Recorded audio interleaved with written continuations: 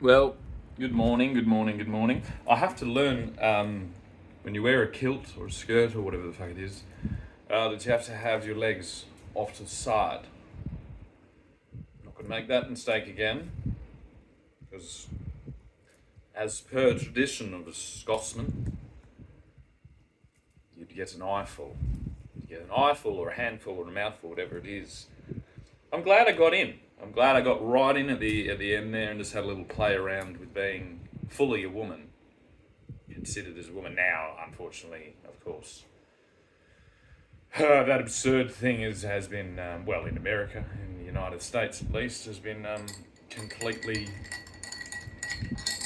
completely quashed. Um,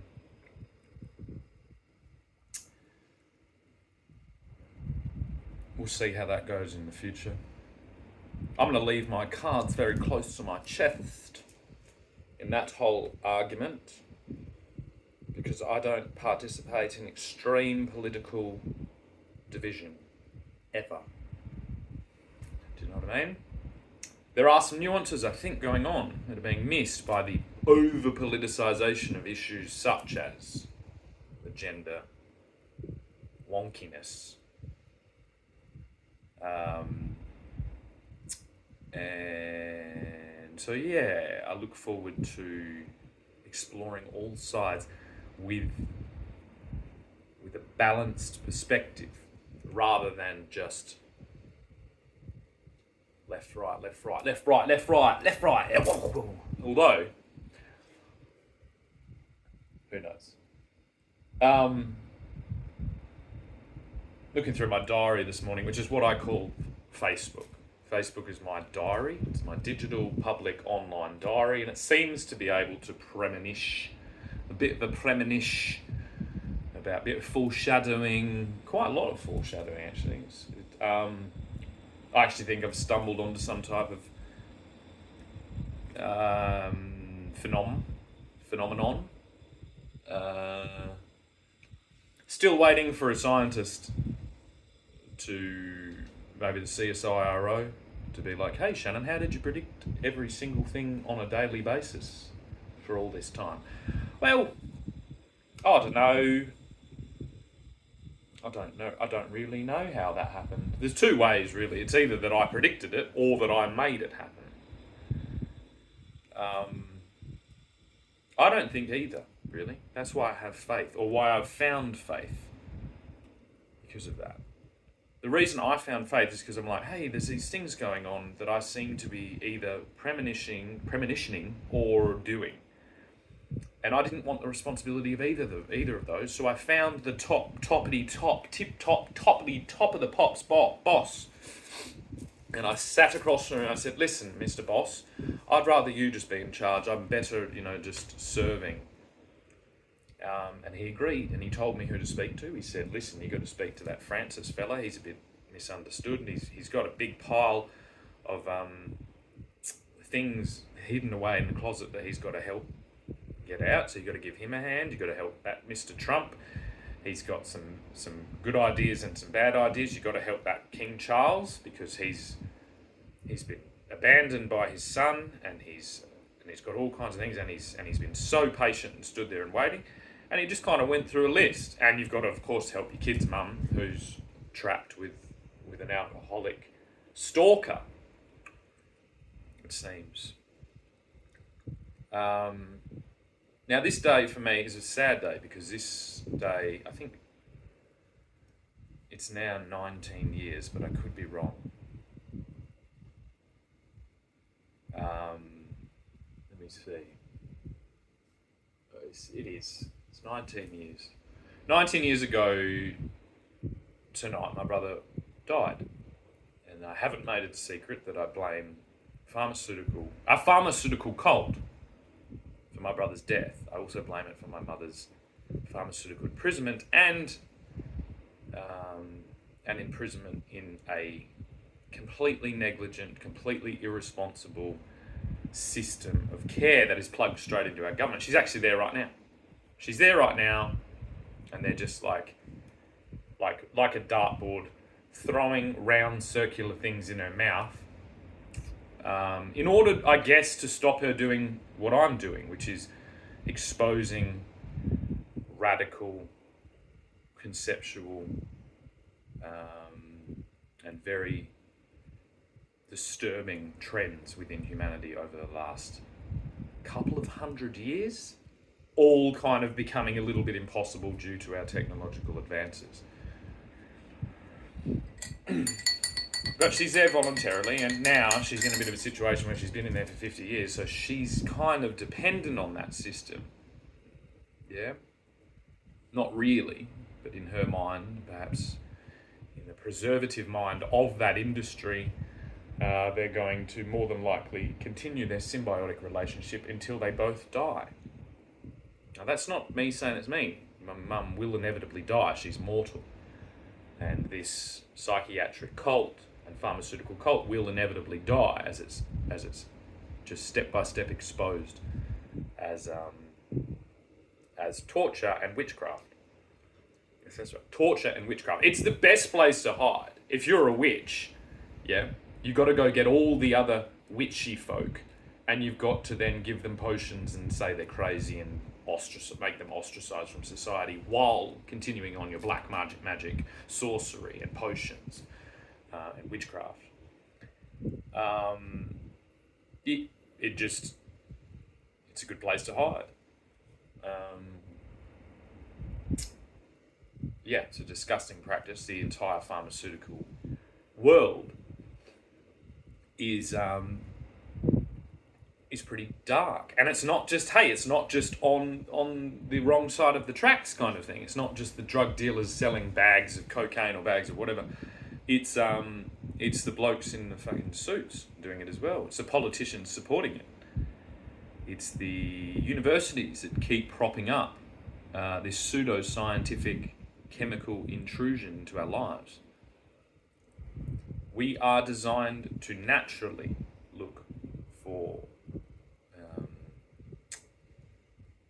medicine, and it's more than likely my mother's intrinsic awareness of this, or the intrinsic awareness that she maybe had the potential for, that made her a target by this cult.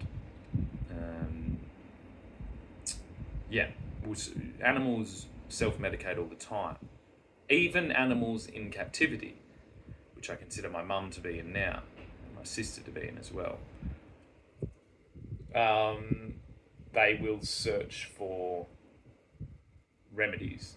There is an instinctual knowledge that has been suppressed in humans. We will search for whether it's physical activity that might repair our bodies, knowledge that might repair our minds, or plants and substances naturally occurring in nature that will assist us on our journey to wholeness or holiness.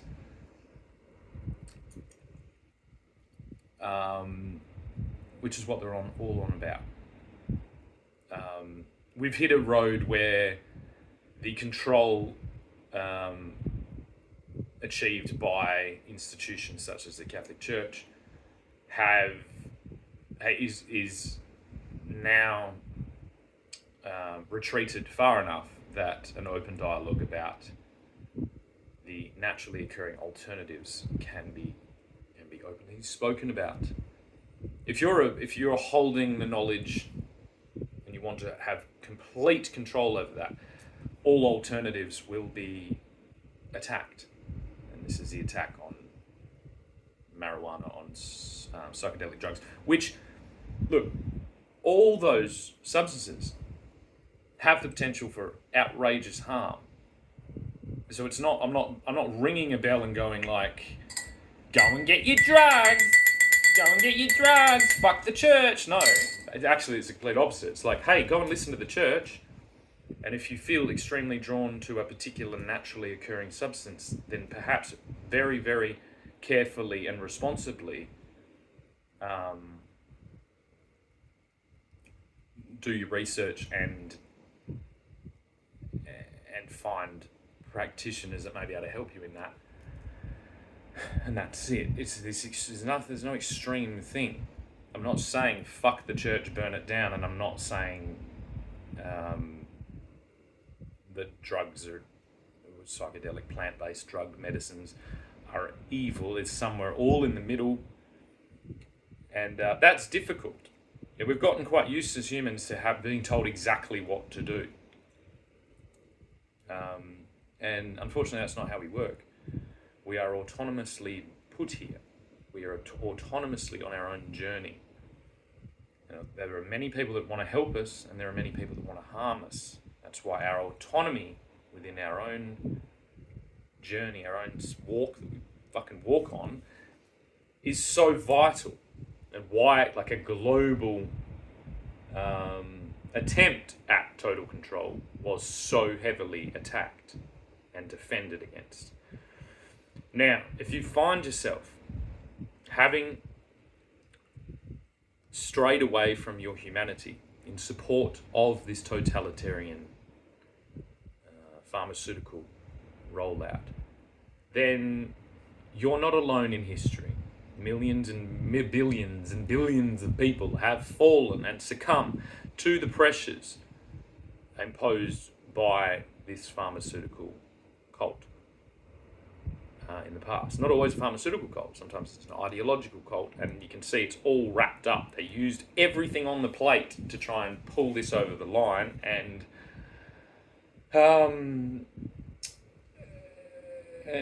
that just doesn't work. It doesn't work. The stronger there are individuals like myself, there's millions of them, that as the pressure cranks up from people that wish to have total control, we adapt, we change, and we fortify our resolve until inevitably we expose the misdeeds and we clear the ground for progress.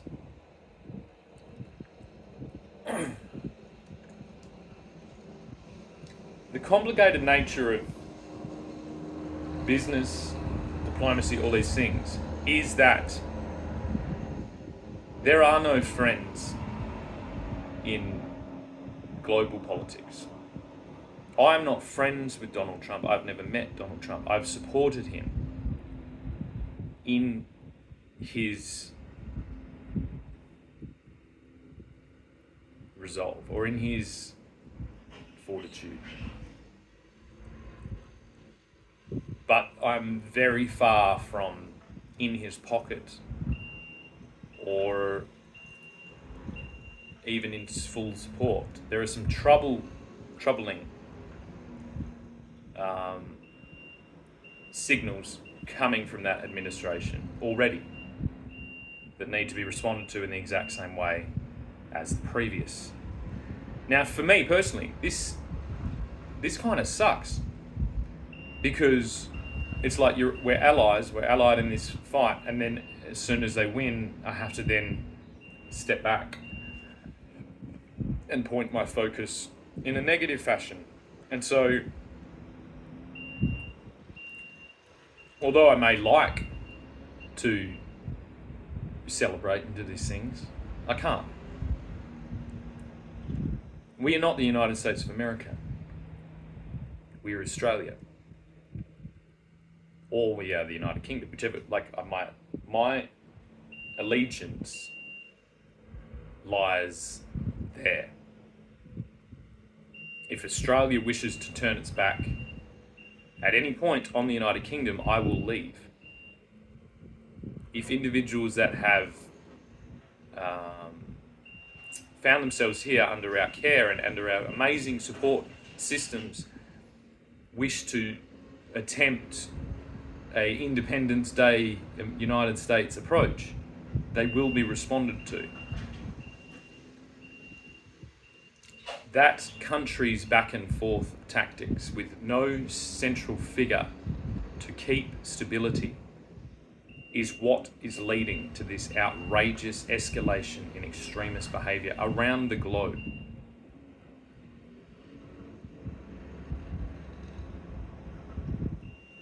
Now, the wonderful thing about Donald Trump is Donald Trump is a businessman. He is used to operating with constraints. coming up with ingenious ways and creative ways to get around those constraints. But his life has been spent in a system of constraint. And so that is what we should project towards the United States now. We should project globally a celebration that some of the most extreme political rhetoric has been disabled, and to firmly project a line that shall not be crossed to Mr. Trump and his administration. I'm quite confident because there's people like Robert Kennedy in there, there's people like Elon Musk. I think the three of those people, they're such big personalities and they have such divergent concepts that it almost will keep them tied to a more central location, whereas the Democratic Party was just an out-of-control train on a line to inevitable destruction. And even in their defense, I know what caused that. They had access to a system of control, of complete control, that had never existed before, and they used it. And if there's one thing I can congratulate the Democratic Party on, it's winning that election in 2021, despite all the chaos it has caused. I do believe if Donald Trump had fallen into that same capacity, we may be in a far worse situation right now. And so there is some benefits of this back and forth. But you'll see that my position of, I won't call it infiltration, my position of defense projected at the United States, balanced by my commitment to the monarchy, you know what I mean, and a lot of people that have done the same, has stabilised what could have been a horrific world war.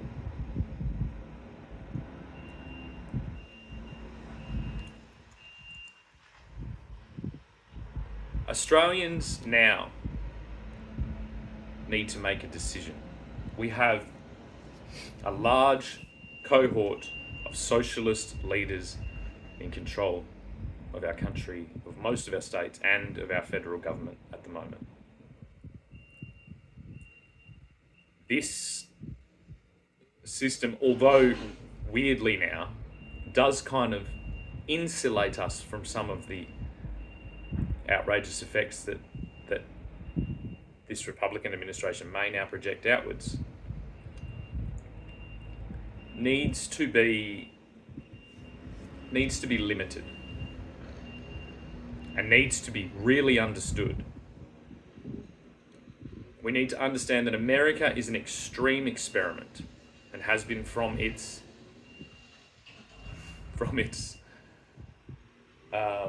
the moment of first mutiny. They are an extreme experiment that has been allowed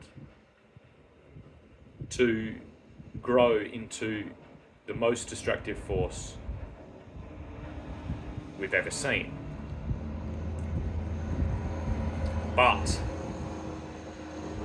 for us to fall into the opposite and say, well, we're going to be the opposite to them in this moment.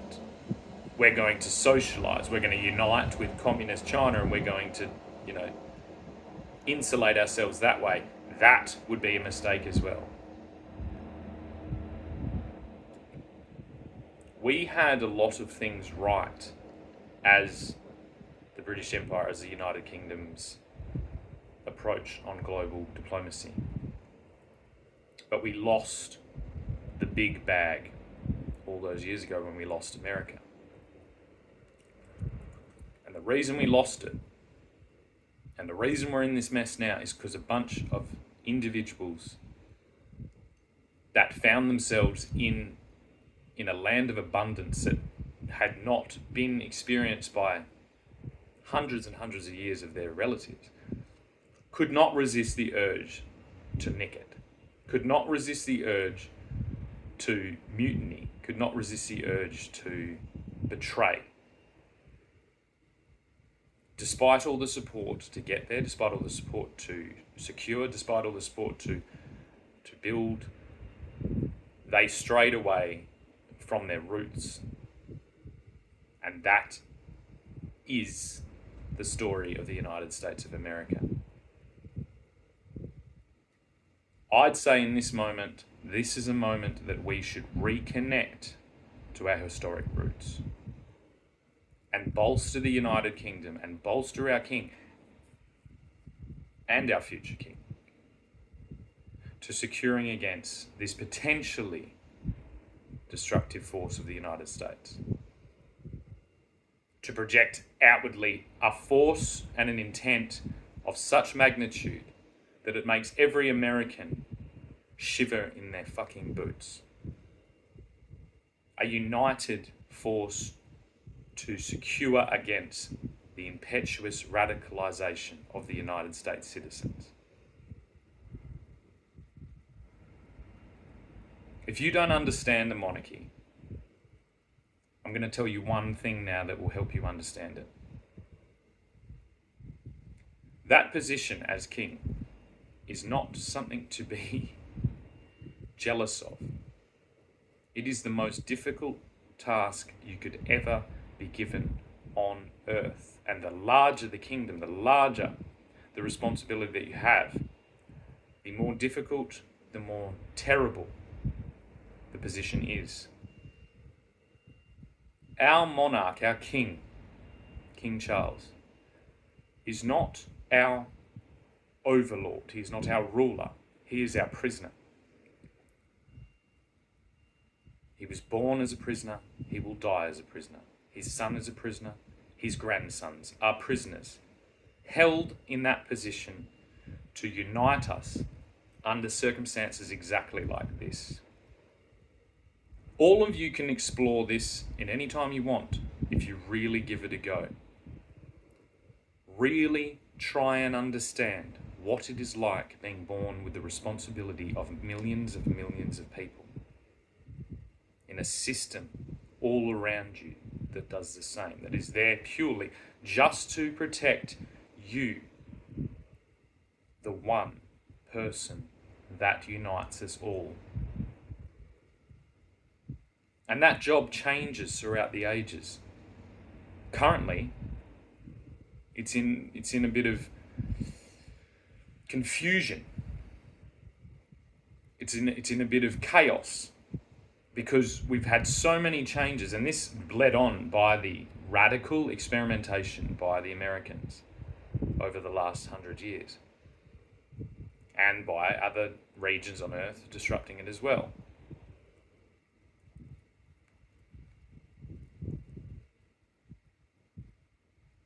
But it's the idea.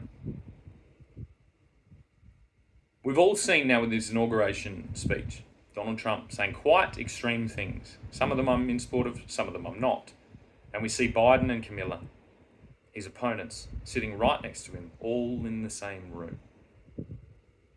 Now, what's missing in that concept is the monarchy. But you'll see that it is there. This is an experiment that has been allowed to continue because it brings us wonderful things and it brings us negative things. And if we get negative actions and negative consequences coming from there, we know where to send our blame and our disgust. If we get positive, we do the same.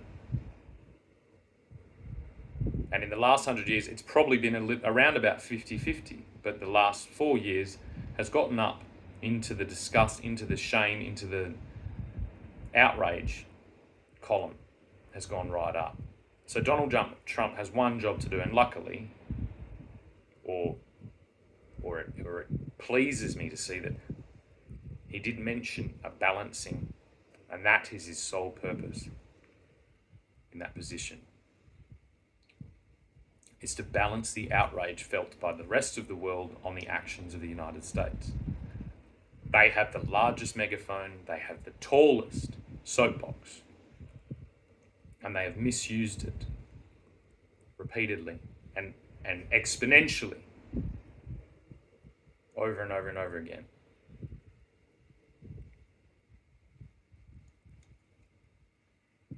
Australia is a constitutional monarchy.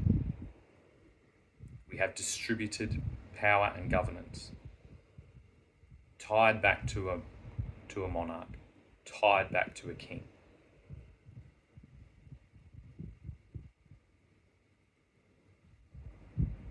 And it takes a lot to understand exactly what kind of security and what type of stability that gives us. It can't be put up on a billboard or a headline or a slogan. It needs to be understood. And one thing that our public schools have done a terrible job in, probably spurred on by this socialist Labor Party concept of independence,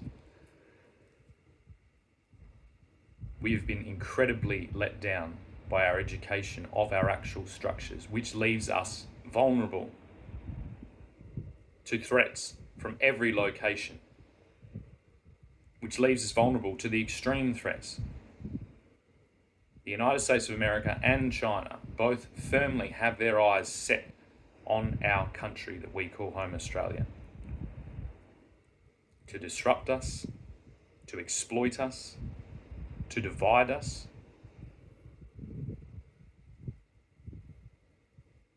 And it is only one thing that prevents that from happening and that from being successful, and that is our monarch, that is our King, King Charles. Now, we don't sing God Save the King here as our national anthem, but we should play it in our fucking cars if we know what's good for us.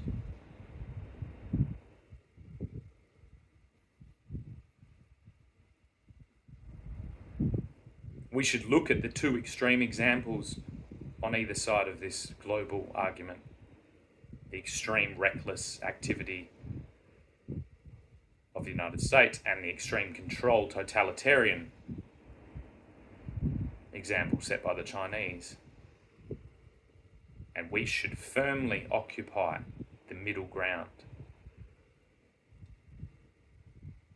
Link back to our European forefathers, our European structures that have overseen us and have provided us with everything we need to weather this storm. But that middle ground needs to now unite.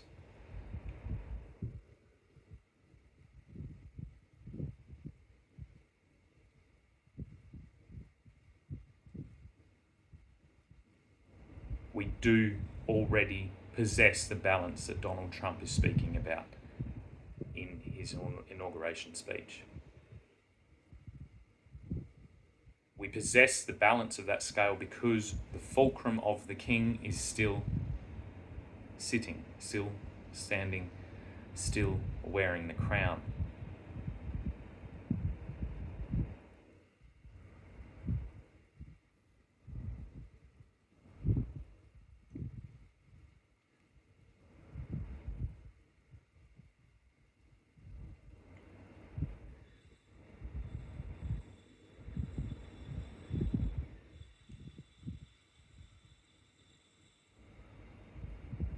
The only thing, if I was in a position to request anything from our government, from Mr. Albanese, from the Senate, from the Governor General, from the King,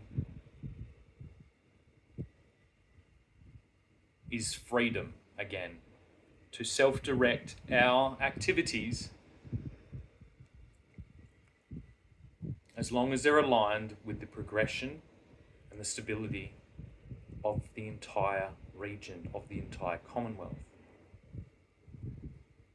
This babysitters club of federal and state politics needs to take the hands off the wheel and let us drive. We will not survive this next period as employees. Our Constitution has never considered us employees.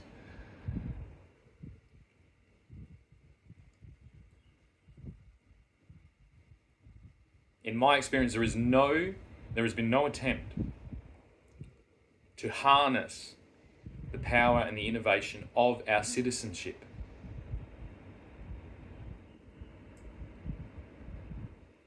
Weirdly, because they've attempted to harness our citizenship for their own means. And this is short-sighted. Every Australian citizen, every citizen of the Commonwealth, has their own unique perspective on all the issues that we're facing. And so we need a streamlined approach to gain assistance for individuals that feel like they can contribute in a positive way. I myself have only faced hurdles, have only faced structures of opposition, have only faced attacks down to the most extreme levels in protection of corporate, industrial, giganticized entities. And it has put me on the threshold of suicide because, of course, it has. If you can see problems and you can't fix them, and if you try to fix them, you get attacked, and these problems are gigantic and affect every person around you, then what would you expect? I don't need any pills. I don't need a therapist. I don't need a little hospital stay or anything like that. I need to have the resources to make the improvements and to repair the damage that has been done. That is it. I'm not asking for trophies. I'm not asking for celebration. I'm asking for autonomy and for assistance to do the things that no one else wants to do. And there is millions of people around the world that want to do the same thing. This country wasn't built by convicts. It is very easy, in my opinion, to shift that storyline, to shift that narrative, to say that perhaps those convicts were given an opportunity here. Perhaps we should stop referring to them as convicts. Because when I read those books and I read about what they've done, then I consider myself a convict. And I know that my story, my family story, is not one of imprisonment. Perhaps this differentiates me from a lot of people, but hey, I've been a convict since I started work at 17. Since I had my first son, I've been a convict. And rather than be gifted land in exchange for my time served, the combined forces of the federal and state governments, led by the Labor Party, has attempted to steal my estate, to steal my father's estate. The combined savings of a man who lived to 85.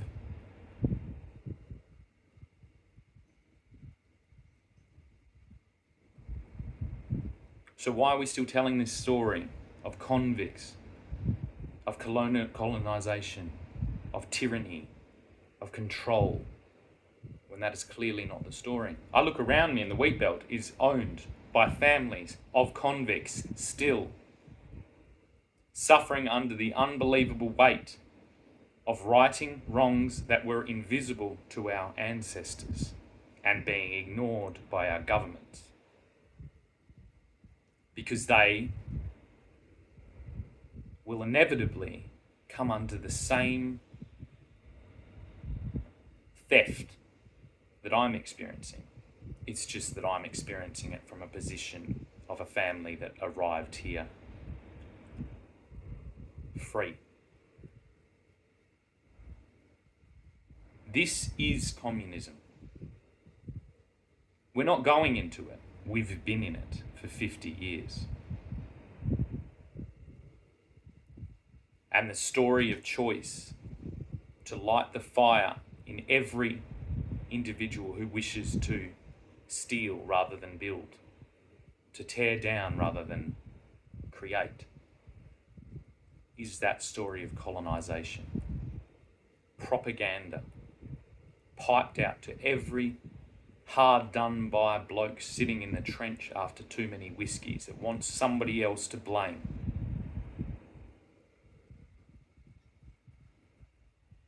I've been that man in the ditch with too many whiskies, looking for someone to blame, and the moment my life turned for the better was when I blamed myself. I hadn't educated myself to the financial situation. I hadn't educated myself to the political situation. I hadn't educated myself to the historical situation. Now, 15, 16, 17 years on from that moment in the ditch, I have done all those things, and that is the position I am speaking to you from now.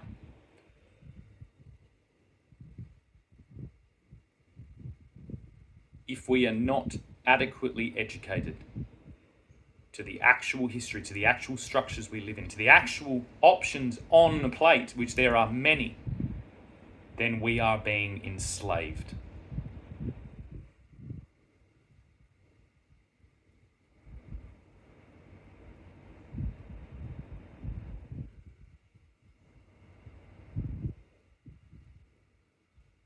So this is a call straight to the Prime Minister to say, the game is up. It's finished.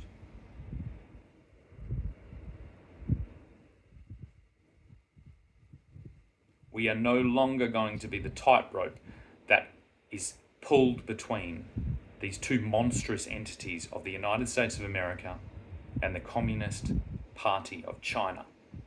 We are Australia. Our foundations were laid down by Great Britain, and they are as sure as anything has ever been. From that position, we can negotiate based on thousands of years of combined history. We can negotiate with Russia, another experiment that has been allowed and has failed, and is well on the way back to repairing the damage that that radical, extreme experiment of communism has done to that country. There are no territorial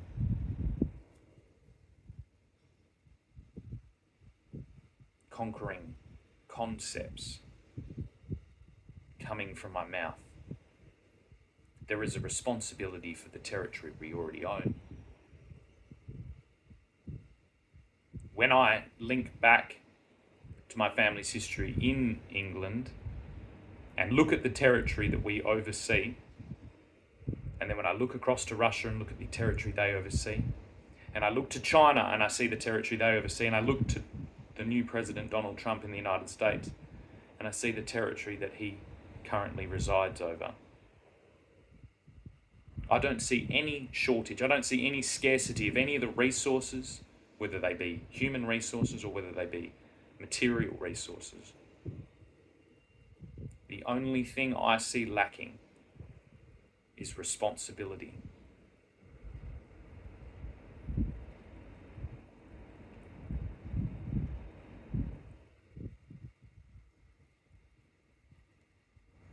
The United States has been the optometrist of the world. It's provided us all with rose-coloured glasses and has expanded our hungry eyes to a point where even in the absolute abundance that we all, and not all of us, but all of us in the Western world, experience on a daily basis, whether it be air conditioning, whether it be Netflix, 24/7 internet, on-demand, whatever, cars, roads,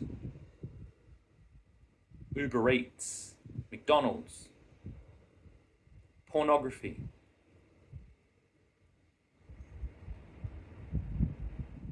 But where is the responsibility?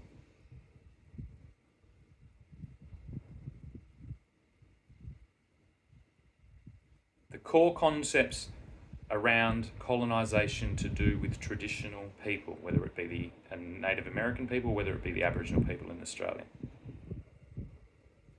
In my eyes, the largest disgrace is that we've come in claiming responsibility and we have neglected our responsibility to maintain our own environment and to protect our own environment and to secure a positive future for everyone in the things we actually need. Because the only way to continue that further was to provide the things that we want. And we continue in this country to displace the traditional owners, which responsibility wasn't a virtue. It wasn't taught in their school system. It was intrinsic to their way of life because they lived it every day. They knew if they failed on their responsibility to maintain their environment, they would be dead. And we insulate ourselves from that. And the United States especially is guilty of this by projecting our force outwardly and extracting from other regions only to leave them in a far worse situation. There is no responsibility being taken by our leadership anywhere. If we want to fly to Switzerland, we want to go to these summits. Where is it, these summits? Right. National responsibility should be the catch cry for every region on Earth. That should be the game.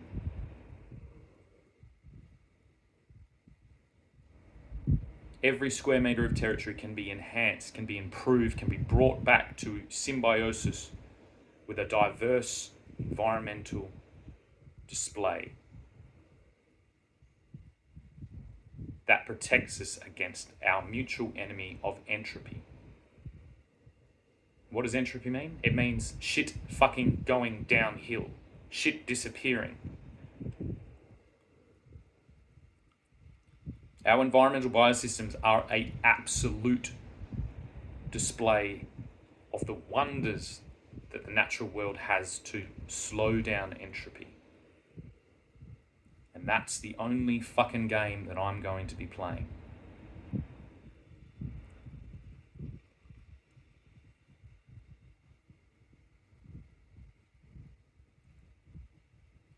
It's not the size that matters, it's the scale that matters.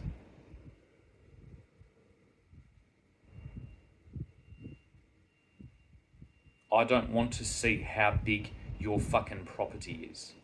And I think King Charles, although he has big properties within England, he sits on a small island. It's far smaller than the United States. It's far smaller than Australia. It's far smaller than Russia, and it's far smaller than China.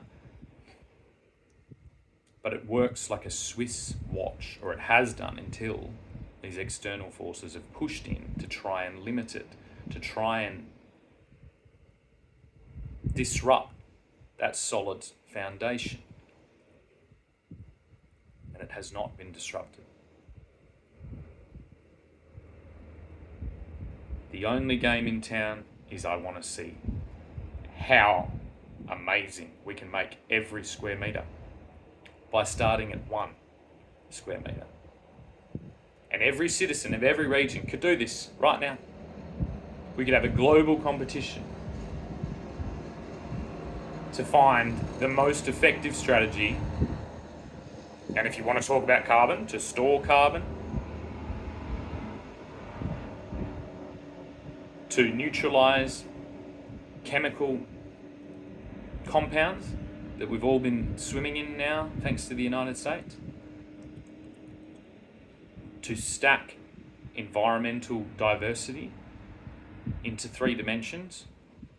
Because the one thing Elon Musk does have right is about space is, there's a lot of space up above us.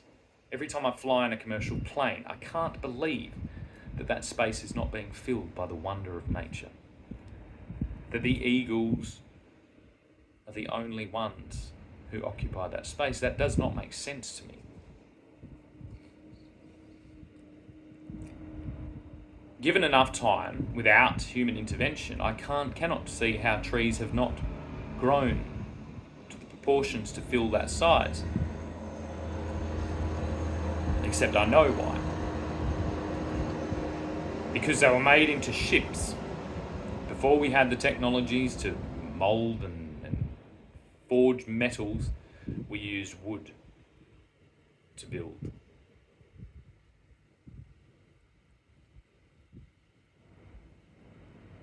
And the largest trees had the most wood. So we have confined ourselves to a shrinking biological world.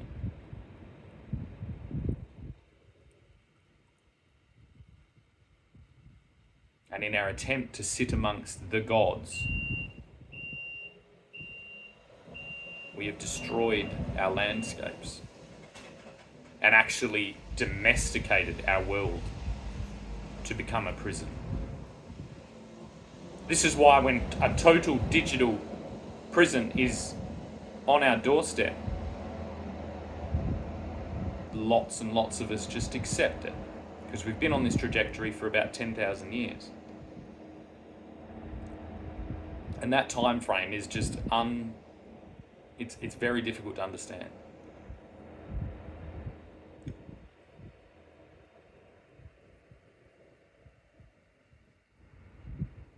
But Donald Trump is right. This is a golden age. It's the beginning of a golden age. Not in the United States, but in the entire world.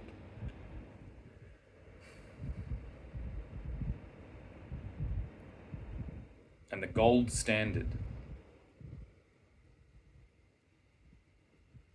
is adequate communication, adequate stability, adequate support of individuals that are not merely trying to provide for their own self-interest.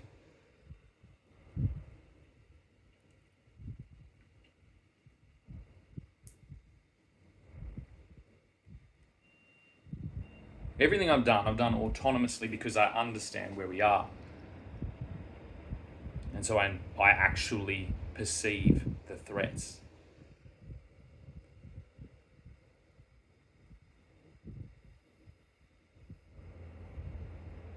And these single slogans like climate change or like global warming or like carbon, whatever,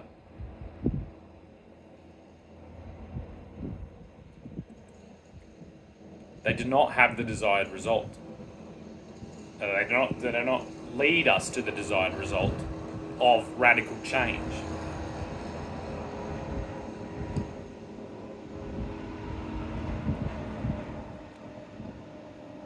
They hinder us.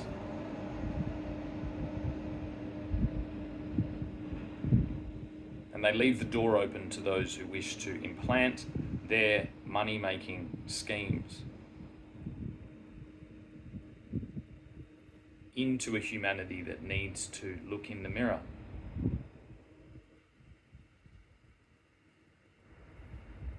And that's why we have a government providing us with batteries and wind turbines and not seedlings to shade our roofs.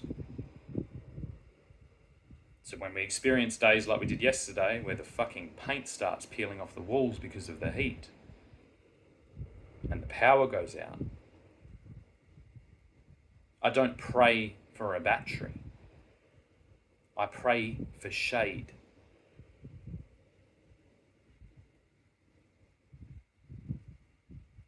But nobody's going to make any money from planting fucking trees. We're all going to make money from planting trees. No one's going to travel around the world to land in a small little shithole on the western coast of a desert island to come and look at some windmills. But they are going to look at a city, an urban sprawl, unmatched globally, that has decided to do the outrageous strategy of planting a forest amongst its suburban sprawl. And they'll do that because it's fucking obvious.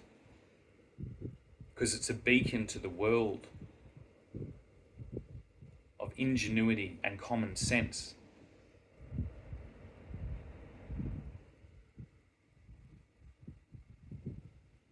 And to the individuals that would say, well, What if a branch falls on our roof? I'd say, well, what if an American-made, Dick Cheney fucking signed bomb lands on your roof?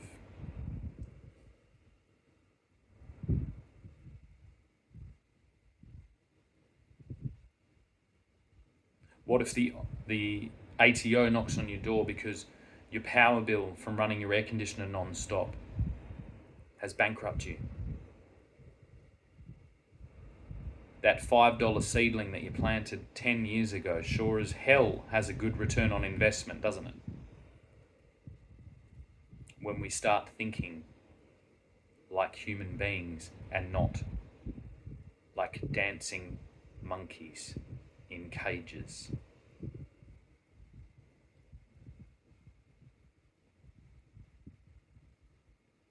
If the Chinese want us as dancing monkeys in cages and the Americans want us as perpetual debt slaves, then let's watch that on TikTok, on Facebook, on Instagram. Let's watch it. Let's watch them expose their citizens to this terrible scourge of extremist totalitarian behavior. And let's watch it under a fucking tree, eating fruit from an orchard, playing music, educating our children,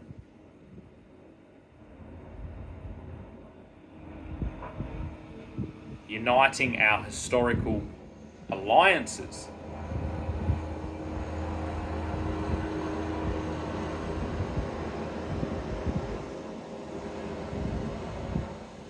Both these extreme ends are mutineers.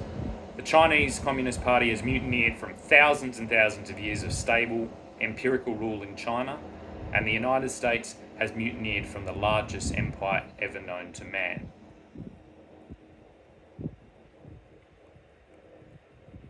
And if you were dealt this deal on an individual basis, most of you have the foresight to not go off with the rogue force. That's why you've left me for a year sitting in a shed, isn't it? Well, it turns out that I'm not the rogue, you all are. I've perpetually had my feet firmly planted on solid stone foundations laid by my ancestors.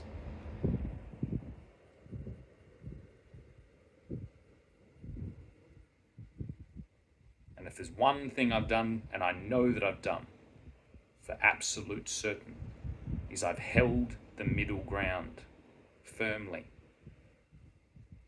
I've held the 600 years of my family's history firmly.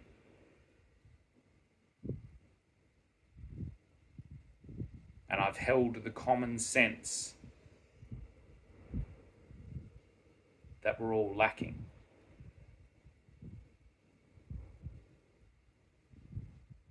And the one thing that I'm fucking thank God for every day is that I don't have that crown on my head. I serve that crown on my own terms, and I serve it voluntarily. Because that's what my family does.